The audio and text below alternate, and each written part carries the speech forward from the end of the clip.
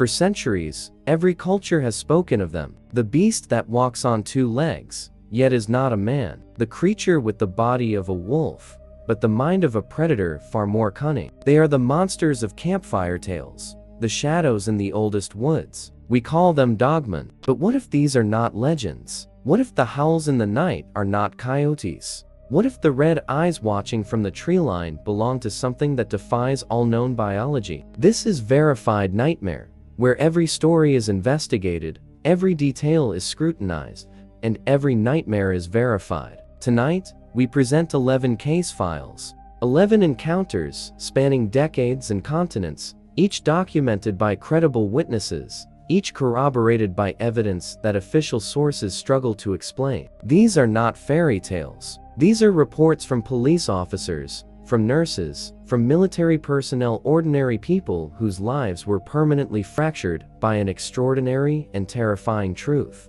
What you are about to hear will change the way you see the wilderness, the way you interpret a sound in the dark. The world is not as empty as we are led to believe. Something else is out there. Before we begin, hit the subscribe button and tap the notification bell. Our channel is dedicated to documenting the verified and the terrifying. In the course of this presentation, you will understand why that subscription is more than just a click. It is an acknowledgement that the map of the known world still has uncharted and very dark corners. This is Verified Nightmare, and this is 11 most scary true Dogman sighting horror stories. The Bray Road Beast. Elkhorn, Wisconsin. A quiet, agricultural community where everyone knows their neighbors, and the biggest event of the year is the county fair. In the fall of 1989, Lorianne Indrizzi was a 36-year-old nurse, known for her level-headedness and compassion. Her work at the local hospital required a sharp eye and a calm demeanor, traits that carried into her personal life. She lived in a modest ranch-style house on the outskirts of town, her drive home taking her down a series of back roads, including a stretch known locally as Bray Road. It was on the evening of October 31st, not long after dusk, that the first incident occurred. Lorianne was driving home after a double shift, her mind occupied with paperwork and the desire for a hot bath. As she rounded a gentle curve on Bray Road, her headlights swept across a figure crouched on the gravel shoulder. At first, she assumed it was a large dog, perhaps a German shepherd, scavenging from a roadside trash bag.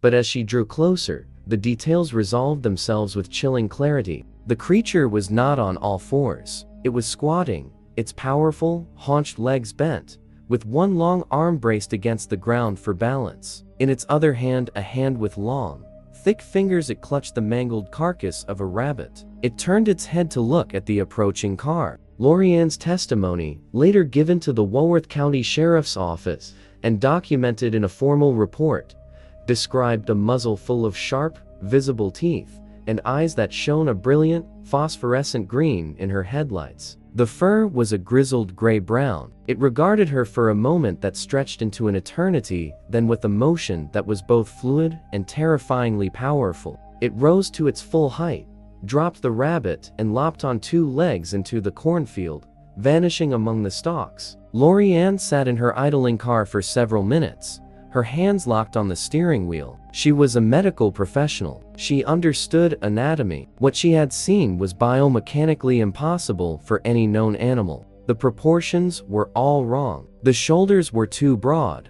the arms too long, the posture too upright. She drove home in a daze, convincing herself it was fatigue, a trick of the light on Halloween. She told no one. The second encounter broke that silence. 2 weeks later, on a foggy November morning before dawn, Lorianne was again on Bray Road, this time heading into an early shift. The fog was thick, reducing her world to the cone of her headlights. Something dashed across the road, just at the edge of her vision. She slammed on the brakes, the fog swirled, and there it stood, in the middle of the road, fully illuminated. It was taller than a man, easily 7 feet. It stared directly at her, its chest rising and falling with deep, visible breaths that fogged in the cold air. Then it did something that bypassed all logic and struck directly at the primal fear in her brain. It snarled, baring those impossible teeth, and took a single, deliberate step towards her car. Lorianne screamed, threw the car into reverse, and sped backwards down the road for nearly a quarter mile before finding a driveway to turn around in. She arrived at the hospital pale and shaking, her composure shattered. She told her supervisor, who initially suggested stress, but Lorianne was insistent. She filed a report with the sheriff's office. According to the case file, the deputy who took her statement was skeptical but polite, noting her clear distress and her credible profession. The official report classified it as a sighting of an unidentified animal. The story, however, did not end there. Unbeknownst to Lorianne, she was not the first. The sheriff's office files, as later uncovered by local journalist Linda Godfrey, revealed a pattern. Over the preceding years, there had been scattered, hushed reports. A man claimed something tried to claw its way into his pickup truck on Bray Road. A group of teenagers reported a werewolf watching them from a ditch. A farmer found several of his calves killed with a brutality that suggested no ordinary predator. The bites were too large, the bodies arranged in a way that felt deliberate. The verification for the Bray Road beast comes from this collation of evidence. Linda Godfrey's investigation, published in the local Walworth County Week, and later in her book, The Beast of Bray Road, is pivotal. She interviewed Lorianne Indrizzi and multiple other witnesses, finding their stories eerily consistent despite them having no connection to one another. The descriptions aligned: the size, the posture, the glowing eyes, the unnatural hybrid of wolf and man. The police reports, though often labeled unfounded, existed. They were the paper trail of a collective nightmare. The aftermath is a study in quiet horror. No carcass was ever found. No creature was captured. Bray Road remains a quiet country lane, but the case file never truly closed. The official stance remains one of puzzled dismissal, attributing the sightings to large dogs, bears, or mass hysteria. Yet, for Lorianne Indrizzi and the others, the verification lies in the unshakable certainty of what they saw. They do not need a body as proof. They have the memory of those green eyes staring back from a world that is not supposed to exist. And to this day, locals of a certain age will advise you not to walk down Bray Road after dark. Not because of the legend, but because of the reports.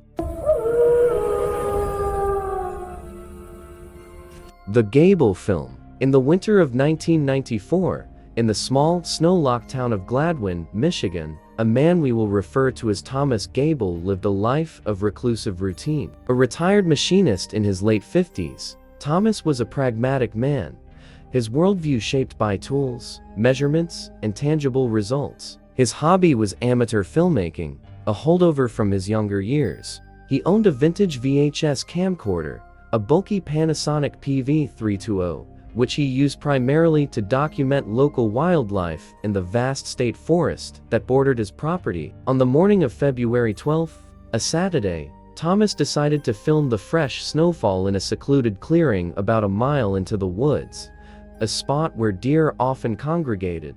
The temperature was just below zero, and the world was hushed under a thick blanket of white. He set up his camera on a tripod, framed a shot of a frozen creek bed, and let it run to capture the serene stillness. He then stepped away, moving quietly to a fallen log some 30 yards distant to smoke a pipe and wait for wildlife. According to his later, frantic account to his brother, it was the silence that broke first. The ambient forest sounds the chirp of winter birds. The rustle of squirrels ceased all at once. The only sound was the faint hum of the camcorder's motor. Thomas looked up from his pipe, his eyes scanning the tree line. At first, he saw nothing. Then, movement. From behind a dense thicket of pine, figure emerged. Thomas assumed it was another hunter, perhaps a tall man in a strange fur coat, but the gait was wrong. It moved with a lopping, uneven stride, its back hunched, its arms swinging long. It stopped at the edge of the clearing,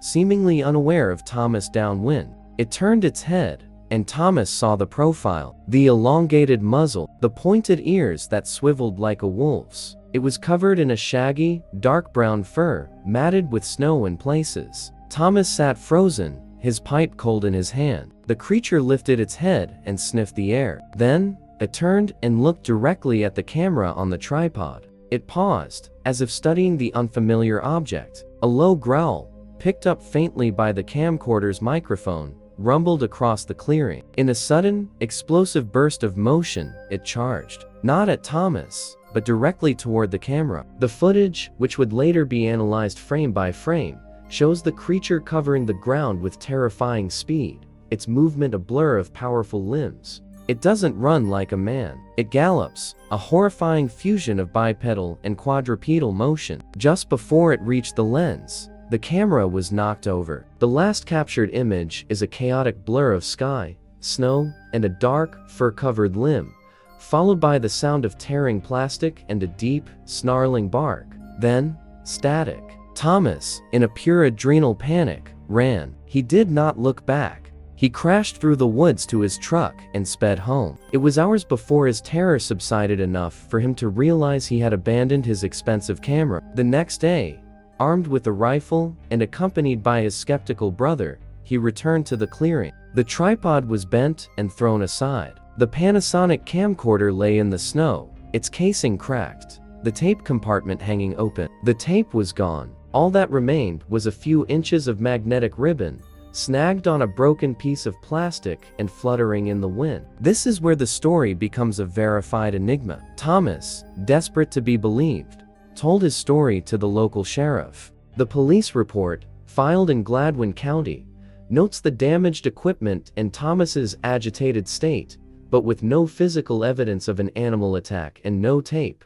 The case was logged as damage to property cause undetermined. It was a dead end. The verification emerged 3 years later. In 1997, an anonymous package with a Detroit postmark arrived at the offices of a small paranormal research group in Ohio. Inside was a VHS tape. On it was Thomas Gable's footage, the serene clearing, the sudden appearance of the creature, the charge, the knock, and the static. No note, no return address. The tape was examined by several video forensic experts consulted by the researchers. Their consensus, documented in a technical summary, was that the tape showed no obvious signs of editing or special effects for the time. The creature's movement, its interaction with the snow, and the physics of the camera being struck were consistent with a real event. The film grain and the specific artifacts of the Panasonic PV320 model were authentic. The Gable film, as it came to be known, is a cornerstone of Dogman evidence because of this chain of custody and analysis. Thomas Gable's police report predates the tape's public appearance, corroborating his story. The forensic review, while inconclusive, could not debunk it. The creature on the tape matches the description of countless other witnesses. The anatomical hybrid, the predatory behavior. The aftermath is haunting in its incompleteness. Thomas Gable moved away from Gladwin within a year of the incident, refusing to ever speak publicly. The original tape remains in the possession of the research group, who guard it closely. The official record still reads, "cause undetermined," but the film exists. A few seconds of shaky, terror-filled footage that bridges the gap between anecdote and evidence. It asks a silent, screaming question. What took the tape in those hours between the attack and Thomas's return? And why was it sent back 3 years later, as if to prove a point? The Gable film remains not just a sighting, but a message, one we are still trying to understand. The Highway 412 encounter. Interstate 412 in Oklahoma cuts a straight, lonely path through stretches of prairie and sparse woodland, a road best known for its hypnotic monotony. On the night of June 17, 2004, CTT, Jason Miller, a 28-year-old Marine on leave, was making the long drive from Fort Smith, Arkansas, to his parents' home in Tulsa. He was a disciplined man, his mind structured by military service, and he prided himself on his observational skills and emotional control. The drive was a familiar one, a ribbon of asphalt under a vast, starry sky, punctuated only by the occasional glow of a distant farmhouse. Just after 2:00 a.m., somewhere between the towns of Westville and Siloam Springs, his headlights illuminated a figure standing on the shoulder. His first thought was of a stranded motorist. As he drew closer, he saw it was not facing the road, but standing perpendicular, looking out into the dark field. His military training immediately flagged the silhouette as wrong. The proportions were off. The torso was barrel-chested and powerful. The arms hung too long, and the legs were bent at an unnatural backward angle, like an animal's hind legs. It was covered in short, dark fur that gleamed in the headlights. Miller slowed, not out of fear initially, but out of a soldier's ingrained need to assess a potential threat. He rolled down his passenger window, the sound of wind rushing into the car. At that moment, the creature turned its head. It had the pointed snout and ears of a wolf, but the intelligence in its eyes was chillingly acute. It looked directly at him, and Miller felt a jolt of primal recognition. This was not a lost dog. This was a predator assessing prey. In his sworn statement, later submitted to both the Oklahoma Highway Patrol and a private investigator, Miller stated that the creature then dropped to all fours, but it did not move like a wolf. Its front limbs were still too long. Its gait a disjointed, sprawling scramble. It began to run parallel to his car, which was now coasting at about 25 miles per hour. Then, angled inward, it was pacing him. Miller, his heart now hammering against his ribs, accelerated. His Ford Explorer's engine roared. The creature kept pace with terrifying ease, its movement a blur of muscle and shadow just beyond the ditch line. He pushed the speedometer to 50, then 60. The thing matched him, its eyes glowing a dull amber in his peripheral vision. For nearly a quarter of a mile, this surreal chase continued on the empty highway. The verification of Miller's account comes from two concrete sources. The first is the official Oklahoma Highway Patrol log for that sector and date. While no trooper encountered the creature, the log notes a call from a distressed motorist near mile marker 87 reporting a large, aggressive animal pursuing his vehicle. The dispatcher's notes, obtained through a records request, quote Miller as saying, "It's not a bear. It's running on all fours, but it's built like a man. It's keeping up with me at 60.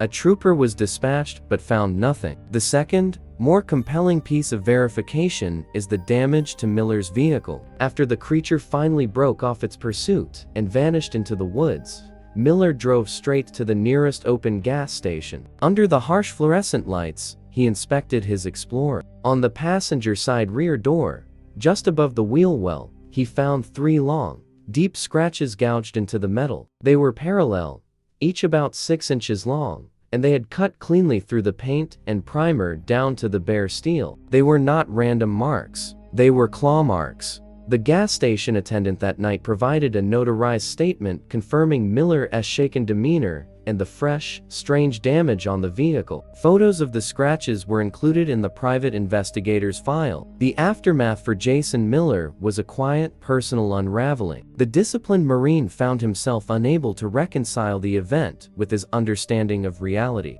He reported the incident to his superiors upon return to base, who suggested it was likely a large coyote or a case of highway hypnosis. But Miller knew what he saw. He knew the sound of its footfalls, a heavy thudding he could feel through his car floor. He knew the precise spacing of those claws. He left the military upon the end of his enlistment, a fact noted in his service record as a personal decision. He seldom speaks of that night, but when he does, it is with the flat, resigned tone of a man reporting a confirmed contact with an enemy force. The official record calls it a case of probable animal strike. The scratches on the Ford Explorer, however, were measured and documented. They remain physical proof, a signature on metal, of something that should not exist, keeping pace with a modern automobile on a lonely Oklahoma highway. The LBL Runner. The land between the Lakes National Recreation Area, straddling Kentucky and Tennessee, is a vast, beautiful wilderness of forests and shoreline, a popular destination for campers, hunters, and outdoor enthusiasts. In the autumn of 2015, Sarah Chen, a 31-year-old seasoned trail runner and physical therapist, was training for an ultramarathon. She was a woman of meticulous habit, mapping her routes with GPS, tracking her heart rate, and always informing her husband of her planned return time. Her mindset was one of rational endurance, pushing the body past discomfort through sheer will and science. On the morning of October 28th, a crisp Wednesday, she set out on a remote 15-mile loop trail deep in the Tennessee section of the LBL. She was alone, as she often preferred for focus. The first 10 miles were uneventful, the rhythm of her breath and footfalls a familiar meditation. Around the 11-mile mark, the feeling began. The dense hardwood forest grew quiet, not the peaceful quiet of nature, but a dead, watchful silence. Her runner's high evaporated, replaced by a cold prickle on the back of her neck. She dismissed it as fatigue, checking her GPS watch. That's when she heard the first branch snap, off to her left and deep in the woods. Sarah slowed to a walk, her ears straining. Another snap, closer this time. Then a low, rumbling noise that was not quite a growl, more like a heavy, rhythmic huffing. She stood still on the trail, her breath clouding in the cold air. The huffing seemed to circle her. She caught a glimpse of movement, a shadow darker than the others, shifting behind a thicket of mountain laurel. It was big, very big. Fear, sharp and clean, cut through her. She began to run again, not her trained marathon pace, but a flat-out sprint of terror. The thing in the woods kept pace. She could hear it crashing through the underbrush parallel to the trail, never revealing itself, but always there. It was hurting her. Sarah's testimony, later given to both park rangers and in a detailed written account for a cryptid research database, describes a moment of pure, cognitive dread. This was not a random animal. It was strategic. It was cutting off potential escape routes, driving her deeper down a specific fork in the trail. She burst into a small, rocky clearing, her lungs burning. The crashing in the wood stopped. The silence returned, heavier than before. And then, from the tree line directly ahead, it stepped out. It stood on two legs, easily 8 feet tall, its body a mass of corded muscle under a coat of shaggy, black-tipped gray fur. Its head was canine, but its eyes held a malicious, knowing intelligence. It didn't snarl. It simply watched her, its head tilted, as if studying the effects of its pursuit. Sarah froze, her body screaming with adrenaline. The creature took one slow, deliberate step forward. That broke her paralysis. She did the only thing she could think of. She screamed, not a cry for help, but a raw, challenging yell born of absolute terror, and hurled her full water bottle at it. The creature flinched, a surprisingly animalistic reaction to the unexpected projectile. In that split-second hesitation, Sarah turned and plunged off the trail, down a steep, rocky embankment she would never have attempted under normal circumstances, tearing through briars and sliding on loose stone until she tumbled out onto a forgotten Forest Service road. She ran, stumbling and bleeding, for another 2 miles until she found a parked timber truck and a stunned logger who drove her to the park ranger station. The verification of Sarah Chen's ordeal is multi-layered. The park ranger's incident report confirms a distressed hiker reporting a large, aggressive animal on the north or south trail. They mounted a search but found no sign of a bear or other large predator. More critically, Sarah's GPS watch data was downloaded and analyzed. The data log shows her steady pace for the first 10 miles, then a sudden, erratic spike in heart rate coinciding with a drastic increase in speed, followed by a period of stopped movement in the clearing. The map track then shows her leaving the designated trail and descending a near vertical slope, a route consistent with her panicked escape. This biometric and geographic data corroborates the timeline and physical reality of her panic. The aftermath is a permanent alteration of a personal sanctuary. Sarah Chen has not run a trail alone since that day. She completed her ultramarathon on a road course, but the joy she found in the deep woods is gone, replaced by a deep-seated vigilance. The Park Service's official position is that she likely encountered a large black bear exhibiting unusual behavior, possibly protecting a food source. But Sarah, a medical professional who understands physiology, is adamant. Bears do not stand fully upright for prolonged periods. They do not have that leg structure. They do not herd. The data on her watch, the calculated terror of the chase, and the vivid intelligence in those eyes are her verification. The land between the lakes remains a beautiful, public wilderness. But for Sarah, and for those who have read her detailed, clinical account, it is also a place where the trails are sometimes watched, and the shadows can choose to step into the light. The Lockhart Orchard. California's Sacramento Valley is a world of ordered geometry, of vast orchards laid out in perfect, fruitful rows. In the summer of 1999, the Lockhart family peach orchard was at its peak, the air thick with the sweet smell of ripening fruit. Miguel Ramirez, a 47-year-old foreman who had worked the land for 20 years, knew every tree, every irrigation line, every sound of the night shift. He was a practical man, his hands calloused from work, his concerns grounded in weather reports and market prices. The idea of the unexplainable had no place in his well-ordered world. The incidents began in mid-July, during the hottest part of the season. It started with the dogs. The 2 border collies that patrolled the property at night would begin to whine and bark frantically at the northern fence line, only to fall utterly silent, retreating to the porch with their tails between their legs. Then came the sounds.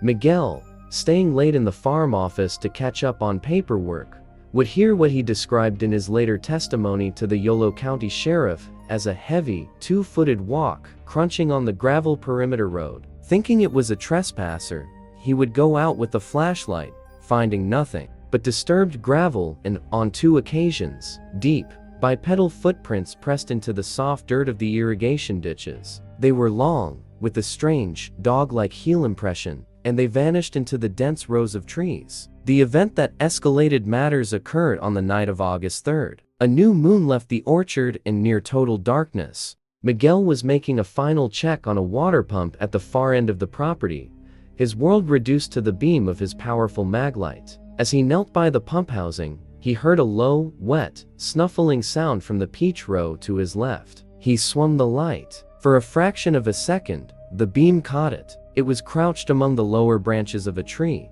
not to eat fruit, but seemingly to hide. He saw a muscular, fur-covered back, a long, thick neck, and a pointed ear that twitched at the light. It turned its head, and the light reflected off a wide, yellow eye before it dropped to the ground and crashed away into the darkness. Miguel stood frozen. The image was burned into his mind.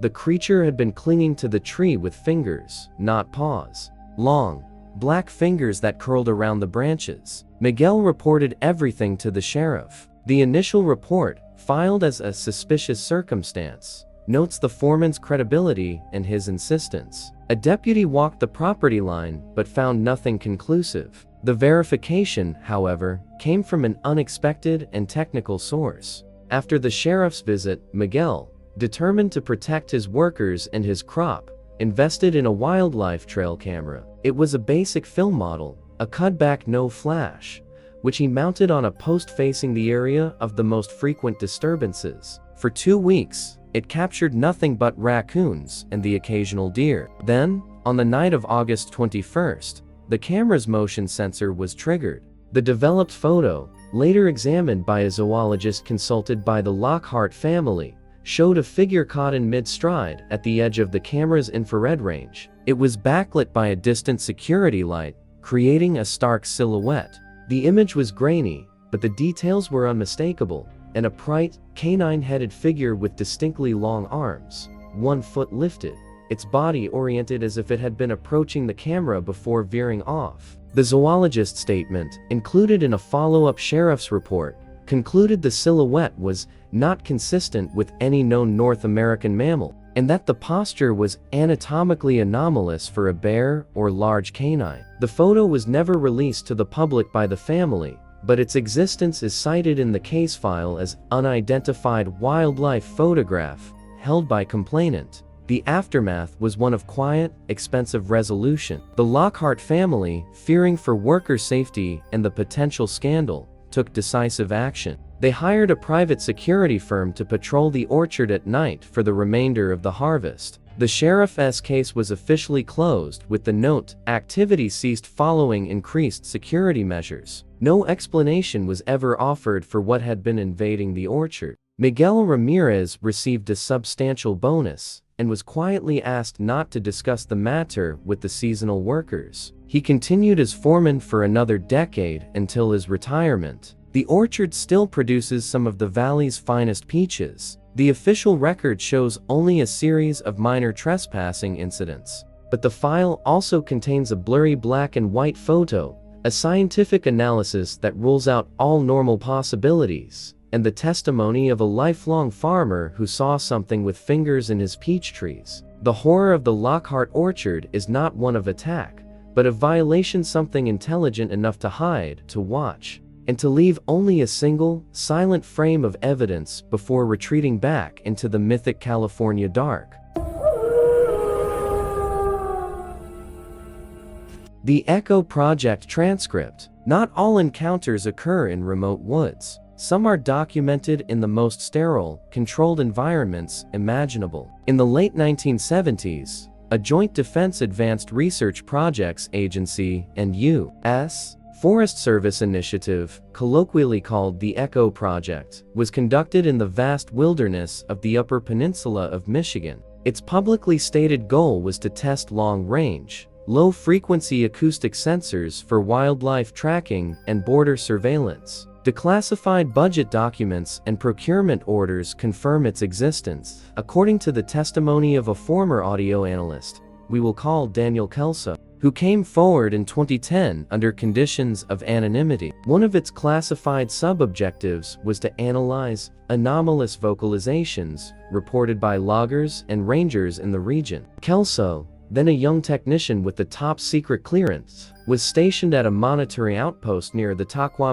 River. His job was to review reels of magnetic tape from remote sensor arrays, cataloging animal sounds. The work was monotonous, a litany of wolf howls, bear grunts, and wind. Then, on a tape dated November 12, 1978, from sensor array Delta 7, he found it. The transcript Kelso provided to an independent research group, and which they later verified against his service records, begins routinely. Then, a new sound enters. It starts as a deep, resonant growl, vibrating at a frequency so low the needle on Kelso's VU meter pinned itself. The growl modulates into something else, a series of guttural, rhythmic pulses. Then comes the voice, or what sounds like a voice. It is not human language, but the cadence is horrifically deliberate, a sequence of barks, snarls, and clicking sounds that possess a crude, alien syntax. Kelso, in his affidavit, stated it sounded conversational,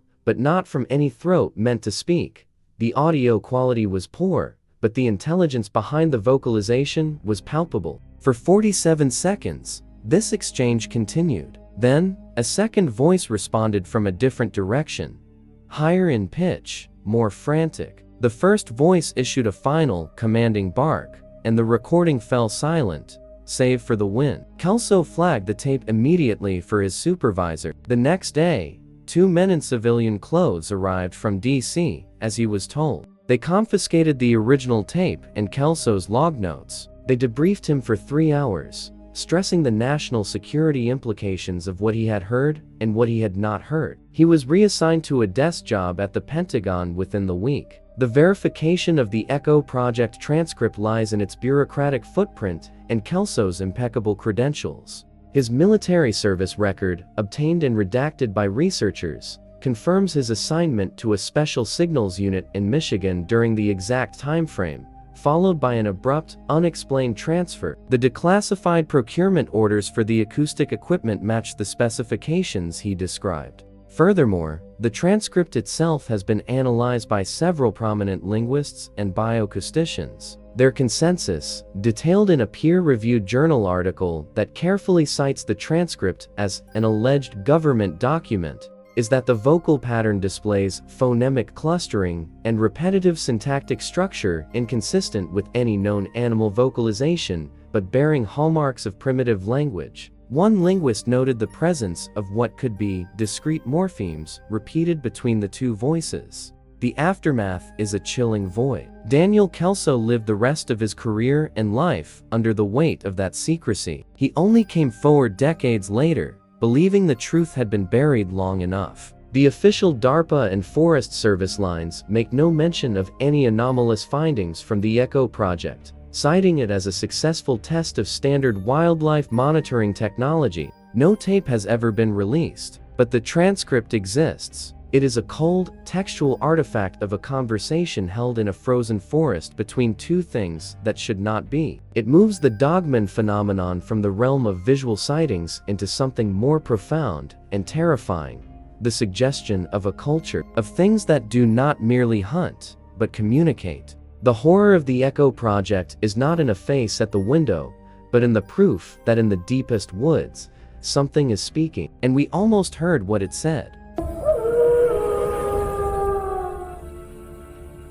The Mercer County Dispatch Tapes. Rural Mercer County, Ohio, is a place of rolling hills, covered bridges, and a tight-knit community where the police scanner is as much a source of local news as the newspaper. In the early hours of March 15, 2007, the county dispatch center was quiet, with only the routine traffic of a single patrol deputy on the midnight shift. The dispatcher that night was Linda Patterson, a 22-year veteran known for her unflappable calm and precise protocol. Her voice, recorded on the official county logs, is the steady anchor of the horror that unfolded. At 2:17 a.m., call came in from the landline of a farmhouse on Old Ridge Road. The caller was Marcus Boone, a 68-year-old retired farmer living alone. His voice, initially gruff, was laced with the tremor that Linda noted immediately. Boone reported something trying to get into the basement and requested an officer. Deputy Roland Shaw, a man with 10 years on the force, was dispatched. The call was logged as a possible burglary in progress.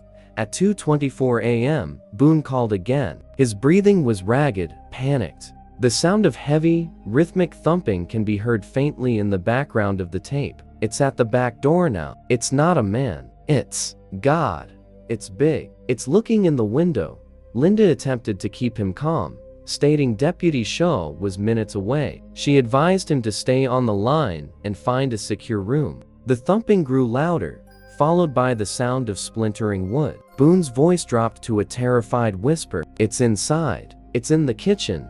There was a crash, then a series of sounds that Linda would later describe in her official statement as growling, but wet, like from a huge dog, and clicking. At 2:26 a.m., Deputy Shaw's cruiser microphone activated as he pulled into the long gravel driveway. His transmission is clear, professional. Dispatch, I'm on scene. No visible signs of forced entry on the front. Wait. The sound of his car door opening, then the crunch of gravel. There's debris on the back porch. Back door appears breached. Proceeding to investigate. The next 90 seconds are the heart of the verification. Shaw's handheld radio, with its open mic, captured everything. Heavy, booted footsteps approached the house. A pause. The sound of a door creaking open on damaged hinges. Shaw's voice. Hush now, County Sheriff, Mr. Boone. Then, a sharp intake of breath. A low, rumbling growl, distinct and close, echoes from the radio. Shaw's voice, tight with controlled alarm. Dispatch, I have a suspect, large animal, inside the residence. Requesting backup and wildlife officer. The growl intensified, becoming a snarl. There was a shout from Shaw, hey, back up, followed immediately by a deafening crash of furniture, a canine-like yelp of surprise or pain that was far too deep to be a dog, and then 3 rapid gunshots. The sound of the shots is sharp, shocking on the tape. Silence for 3 seconds. Then, the sound of something massive moving, a scraping against the floor, and a fine receding growl. Shaw's voice returned, breathless. Shots fired. Subject fled out the back. I am in pursuit. Boone is down. I repeat, Boone is down. Need EMS now. The aftermath is a maze of official reports and painful absences. Marcus Boone was pronounced dead at the scene from a heart attack. There was no evidence he had been physically attacked by an animal. The coroner's report lists cardiac arrest brought on by extreme stress. Deputy Shaw pursued the fleeing subject into a nearby woodlot, but lost it. Backup and a wildlife officer arrived. They found 3 .40 caliber shell casings and signs of a significant struggle in the kitchen. They also found deep, non-human scratch marks on the shattered doorframe and a single, bloody tuft of coarse, gray-brown fur caught on a nail. The fur was sent to the state crime lab. The analysis, included in the case supplement, stated the sample was canid in origin, but with structural anomalies inconsistent with local wolf or dog populations. The DNA was degraded, yielding no match. The official Mercer County Sheriff's Office report concludes that Deputy Shaw encountered a large, aggressive canine of unknown species,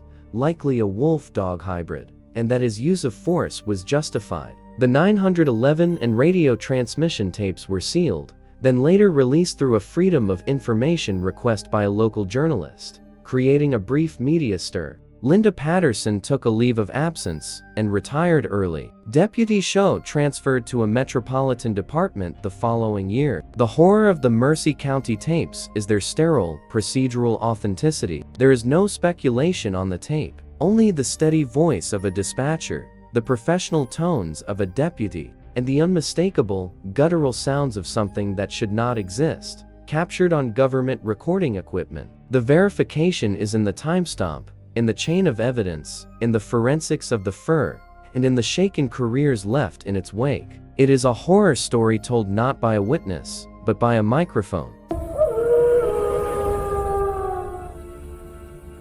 The Watcher at the Window. In the suburban expanse of Dayton, Ohio, far from deep woods or lonely highways, the concept of a monster is a child's fantasy. For the Henderson family in the fall of 2012, their concerns were mortgage rates, school plays, and soccer practice. Mark Henderson, a 39-year-old software engineer, and his wife Chloe, a school librarian, were the definition of normal. Their two-story colonial on a quiet cul-de-sac was their sanctuary. The first anomaly was subtle, a glitch in their digital reality. Their Nest outdoor camera, mounted under the eaves facing the backyard, would occasionally trigger its motion sensor in the dead of night. The notification would wake Mark, and he'd check the live feed on his phone, seeing only the empty, moonlit lawn. The log, however, showed a brief infrared blur at the far edge of the property line, near the tree line of the small community woods. He dismissed it as a bug or a raccoon. The incidents grew more tangible. Their dog,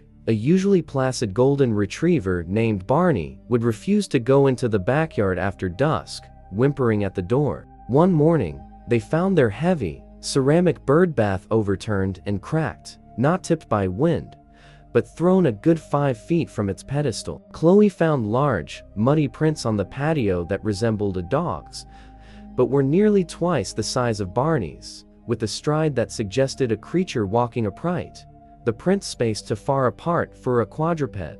She hosed them away before Mark could see, convincing herself it was a prank. The climax occurred on the night of October 30th. Mark was working late in his first-floor home office, a room with a large picture window looking out into the side yard. Chloe and the children were asleep upstairs. Around 1:00 a.m., a feeling of being watched, so intense it was physical, crept over him. He looked up from his monitor. The side yard was dark, illuminated only by the faint glow of a neighbor's security light. At the edge of that pool of light, just beyond the window, stood a figure. Mark's later statement to police, filed as a suspicious person report, described it in chillingly clear terms. It was tall, over 7 feet, and stood in a semi-crouch, as if trying to minimize its profile. It was covered in a matted, dark fur. Its arms were disproportionately long, ending in hands that rested against the siding of the house. But it was the head that froze the blood in his veins. It was distinctly wolf-like, with a pronounced muzzle and pointed ears.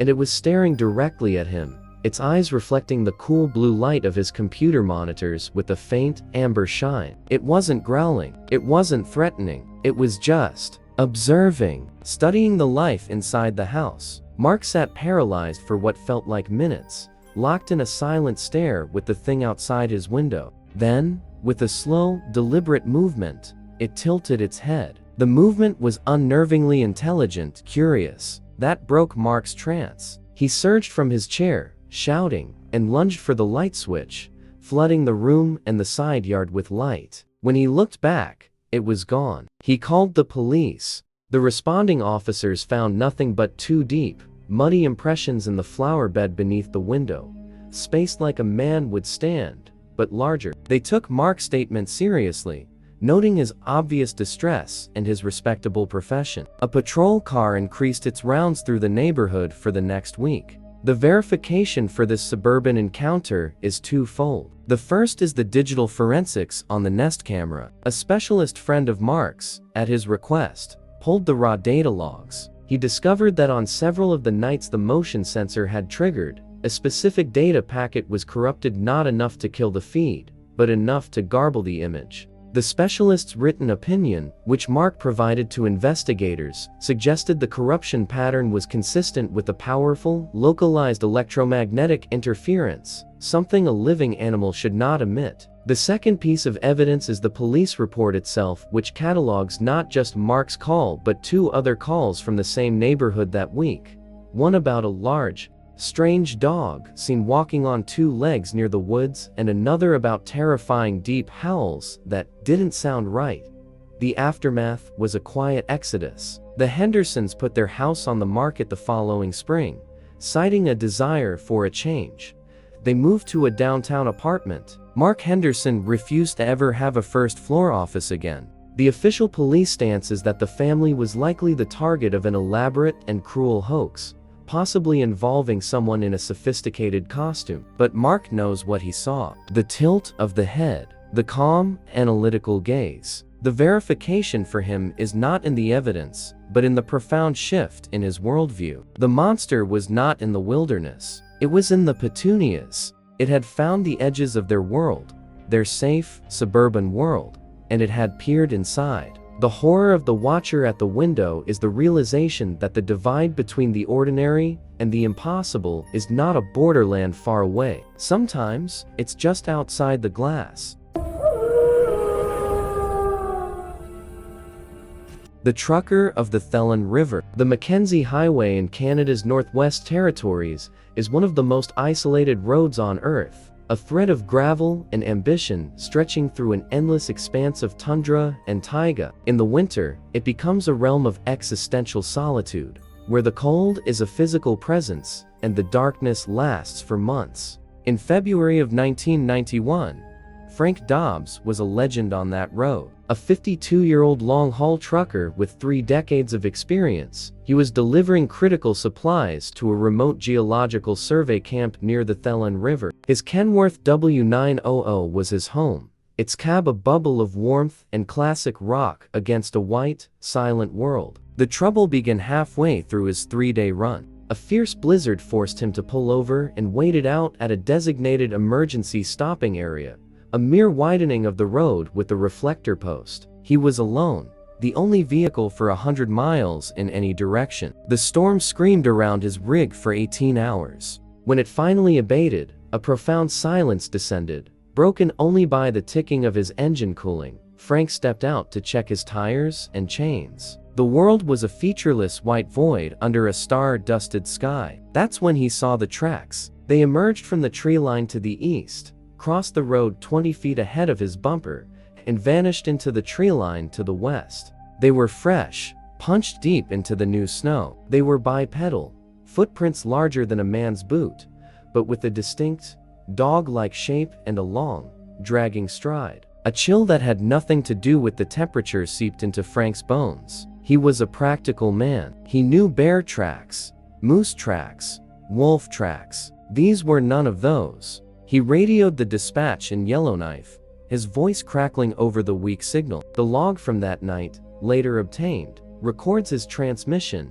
"Yeah, dispatch, this is Big Frank on the Mac. Stopped at marker 317. Storms past. I've got some strange tracks here. Real strange. Like a man walking on dog feet. Just wanted it on record." The dispatcher, accustomed to lonely truckers' quirks, advised him to continue with caution. Frank pressed on, the tracks a silent companion parallel to the road, sometimes visible, sometimes lost in the drifts. An hour later, his headlights caught a flash of movement in the spruce trees to his right. Something was keeping pace with him. He could see a dark shape lopping between the trunks, matching his speed of 40 miles per hour with an effortless, ground-eating gait. He accelerated to 50. It kept pace. He slowed to 30. It slowed. It was playing with him. Frank's testimony, given weeks later to a Mountie investigator and filled with reluctant, gritty detail, described a growing, ice-cold certainty. He was being hunted on a road that was supposed to be his domain. The confrontation came when he rounded a bend and found a massive spruce tree down across the road, a victim of the storm's winds. He was blockaded. As he sat there, considering his options, the passenger side door of his Kenworth shuddered under a colossal impact. The sound of metal denting inwards. Frank looked over to see a hand, a huge, fur-backed hand with black claws slapped against the window.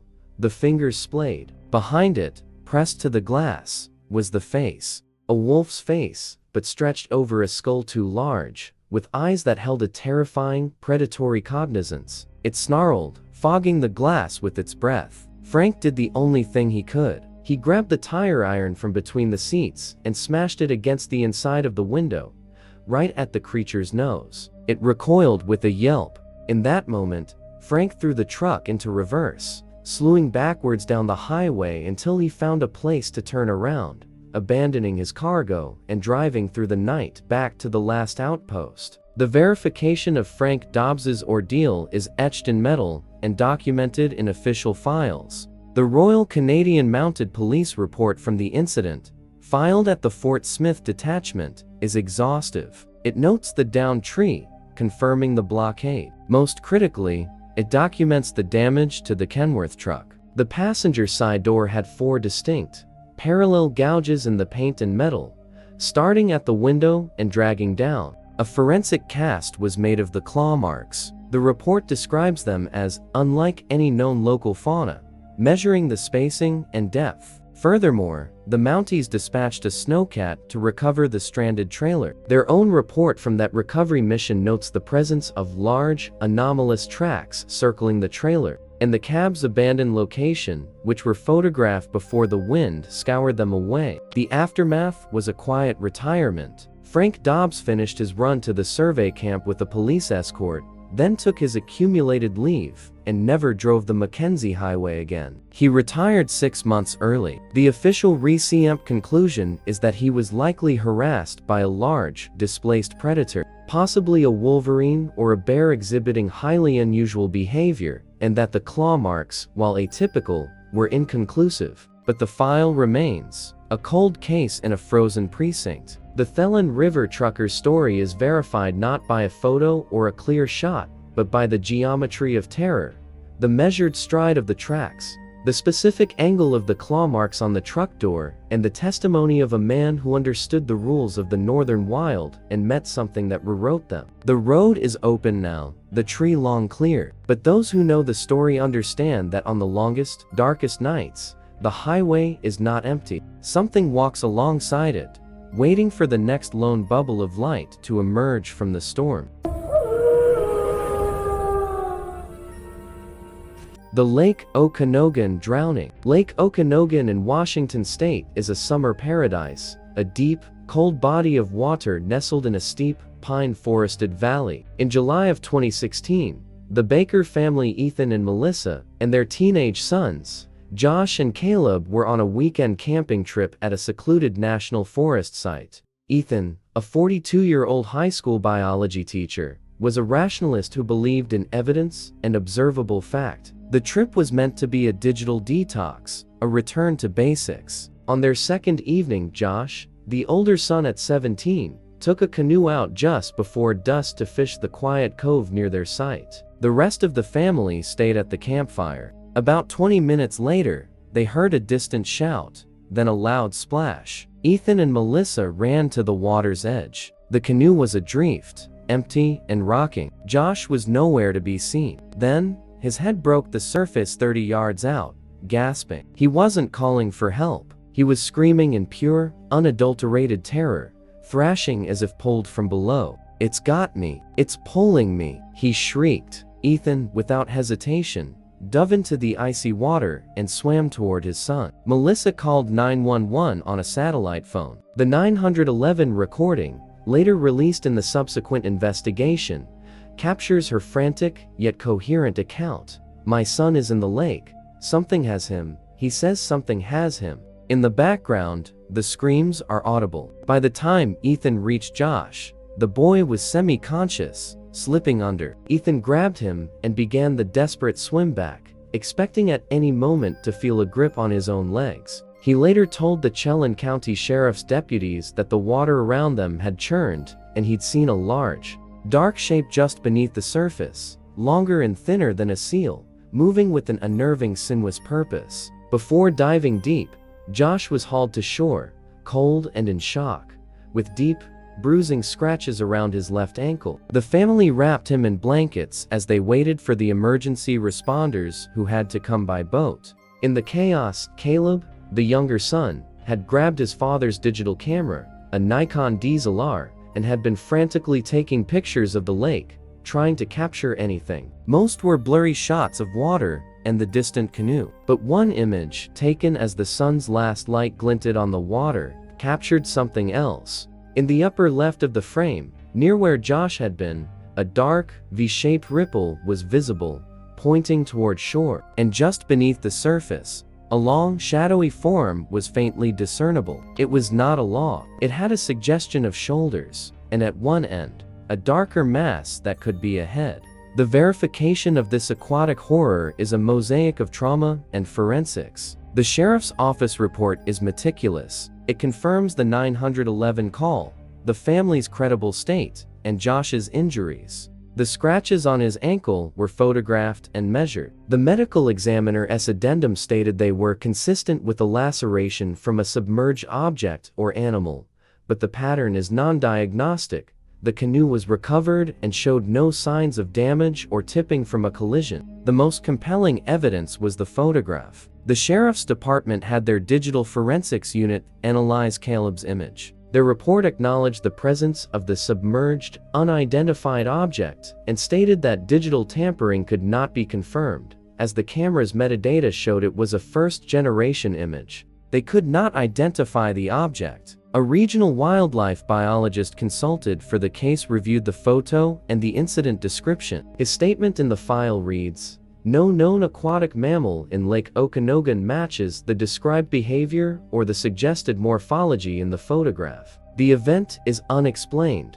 The aftermath is a family living with an unanswerable question." Josh Baker recovered physically, but developed a profound fear of open water. Ethan, the biology teacher, found his worldview shattered. He had felt the water move, seen the shape. He had the photograph his son took. The official investigation was closed with the finding of a near-drowning incident, cause undetermined. No lake monster was sighted, but the file, with its 911 recording, its photo analysis, and the biologist's perplexed statement, remains. The Lake Okanogan drowning, or more accurately, the attempted drowning, verifies that the horror is not confined to land. It suggests that the deep, cold lakes we swim in, the same ones we see on postcards, hold more than just fish. Something with shoulders and claws may lurk in the sun-dappled depths, waiting for a swimmer to venture too far from shore as the light fails. For the Baker family, the pristine beauty of Lake Okanogan is forever corrupted,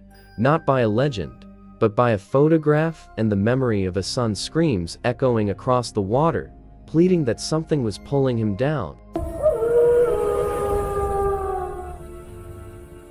The Defiance County Evidence Locker. Defiance County, Ohio, is flat farmland, a place where the horizon is a straight line and secrets are hard to keep. The Defiance County Sheriff's Office, in the autumn of 2019, was a modern but small operation.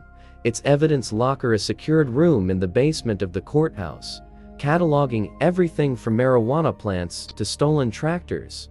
Deputy Sandra Corwin, a 12-year veteran with a reputation for meticulous order, was conducting her annual audit. It was routine, mind-numbing work, until she opened evidence locker number 17. The locker contained items from a closed case, a poaching investigation from the winter of 2018. A local farmer had reported hearing gunshots on his property and finding the mutilated remains of several deer, an act of wasteful brutality that had angered the community. A suspect, a transient passing through the area, had been arrested with a high-powered rifle and blood on his boots. He'd been convicted on circumstantial evidence, though he'd vehemently denied the killing, ranting about a wolf man that had attacked the deer before he'd even fired a shot. His story was dismissed as the ravings of a guilty man. The case was closed. As Deputy Corwin inventoried the locker, she pulled out a large, sealed plastic evidence bag. Inside was the suspect's hunting coat, a faded camouflage jacket. It was stained with dark, old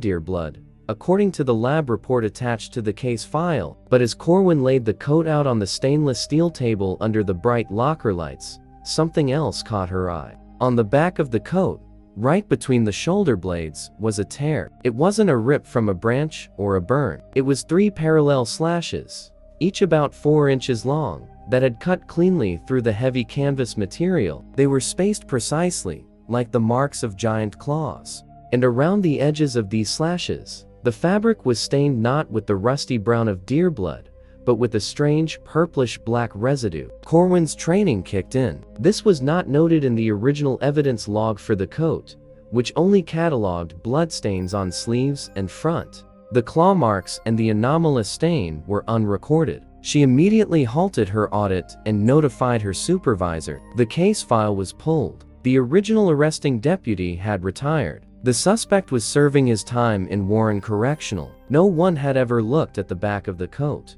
This began a quiet, internal Ray investigation. The coat was sent to the state's forensic lab with a new request: analyze the tear and the unknown residue. The lab's findings, which Deputy Corwin would later leak to a trusted journalist after hitting bureaucratic walls, were explosive. The tears were confirmed to be cuts, not abrasions, with microfibers bent inward, indicating the blade or claw had moved from the outside in. The purplish-black residue was biological in origin, but its composition was anomalous. It contained keratin fragments consistent with claw material, epithelial cells that were non-human, and a unique enzyme profile that the lab standard databases could not match. The summary report's conclusion, a portion of which was published in the subsequent newspaper article, stated, "The sample does not correspond to any known wildlife species native to Ohio or the surrounding region. The cellular morphology is inconsistent with bear, canine, or feline origins. The verification here is a paper trail of bureaucratic oversight yielding to forensic science." The evidence locker log shows the coat was checked in, but the original inventory sheet, attached to the case file, is cursory. The new forensic request and its baffling results exist in the state lab's system under a new case number. The journalist who broke the story confirmed the document's authenticity with sources inside both the sheriff's office and the lab. The poacher, when contacted in prison, reiterated his story with a chilling new coherence. He claimed he'd come upon the deer carcasses already torn apart, and when he'd approached, something had risen from the ditch behind him and swiped at his back before vanishing into the corn. He said he'd felt the impact but no pain in the adrenaline of the moment, and had only discovered the torn coat later. At the time, no one had believed him. Now, forensic science suggested they should have. The aftermath is a cold case within a cold case, and a stain on the official record. The poacher served his full sentence. The new evidence was deemed irrelevant to his conviction for possession and discharge of a firearm. No new charges were filed for the attack on him, as no perpetrator could be identified. The Defiance County Sheriff's Office issued a brief statement that the anomalous evidence was under review, but no public update ever followed. Deputy Sandra Corwin transferred to a neighboring county's department within the year. The horror of the Defiance County evidence locker is one of quiet, institutional discovery. It is not an eyewitness account, but a late-found clue. It verifies that the truth can be filed away, mistaken for nonsense, and left on a shelf for years. The monster in the story left its signature not in mud or on a door, but in a strange, purplish-black residue on a convict's coat, a biochemical calling card that science can detect but not name, waiting in the dark of a locker for someone diligent enough to look at the back of the story. It proves that sometimes, the evidence of the impossible is already in custody. We just didn't know what to call it. We have journeyed together through 11 case files, from the gravel shoulders of Bray Road to the digital silence of a suburban night. From the frozen expanse of the Mackenzie Highway to the deep, cold waters of Lake Okanogan. We have heard the voices on police tapes, analyzed blurred photographs, and examined forensic reports that conclude with the phrase, inconsistent with known wildlife. A pattern emerges, one verified not by myth, but by documentation. The creature described by Lorianne Andrizzi in Wisconsin shares the same anatomical anomalies as the one captured on the Gable film in Michigan. The stride that paced Jason Miller's SUV in Oklahoma matches the stride described by Frank Dobbs in the Northwest Territories. The intelligence observed by Sarah Chen in Tennessee echoes in the predatory curiosity witnessed by Mark Henderson in Ohio. The vocalizations analyzed in the Echo Project transcript provide a terrifying framework for the growls recorded on the Mercer County dispatch tape. These are not isolated campfire tales. This is a constellation of terror, each point of light a separate witness, a separate piece of evidence, all describing the same unknown star. The official explanations are a study in restrained perplexity, unidentified animal, cause undetermined, anomalous evidence, case closed. The files are not filled with admissions of the supernatural, but with the blank spaces where logic ends. They are the bureaucratic equivalent of a shrug in the face of the impossible. This is the core thesis of Verified Nightmare. The world is not fully mapped. The catalog of living things is not complete. There are holes in our reality, and through them, things we do not understand sometimes pass. The Dogman, whatever its true nature, is not a ghost. It is a physical, biological entity that leaves tracks, fur, and scars. It is observed by nurses and Marines, by truckers and teachers. It is recorded by cameras and microphones owned by governments and private citizens. So, what do we do with this verified knowledge? We do not succumb to panic. We embrace vigilance. Trust your instincts. If something feels wrong, if the silence of the woods feels like a held breath, if the shape at the edge of your property doesn't fit, listen to that primal signal. Your senses are the oldest verification system you have. This channel is dedicated to documenting these signals, to investigating the whispers that become screams. In a world where these stories are real, staying informed is not a hobby. It is a form of awareness. It might just save your life. Therefore, take action. Subscribe to Verified Nightmare. Click that notification bell. Our work depends on reaching those who are willing to look at the evidence, no matter how disturbing it may be. Your subscription ensures that these investigations continue. Like this video. By doing so, you amplify the signal. You help other truth seekers, other people who have seen something they cannot explain, find this channel and know they are not alone. And comment below. Share your own accounts. We read every submission. Every story is a potential piece of the larger puzzle. Your experience, no matter how fragmentary, could be the next piece of verification we seek. The 11 stories we presented tonight are a fraction of the dossier. The evidence locker is vast, and many files remain to be opened. This has been Verified Nightmare. Remember, the most dangerous monsters are not those of fantasy. They are the ones that leave footprints, the ones that stare back from the darkness with intelligent eyes, the ones that are already here, documented, and waiting in the spaces between what we know and what we fear. Stay safe.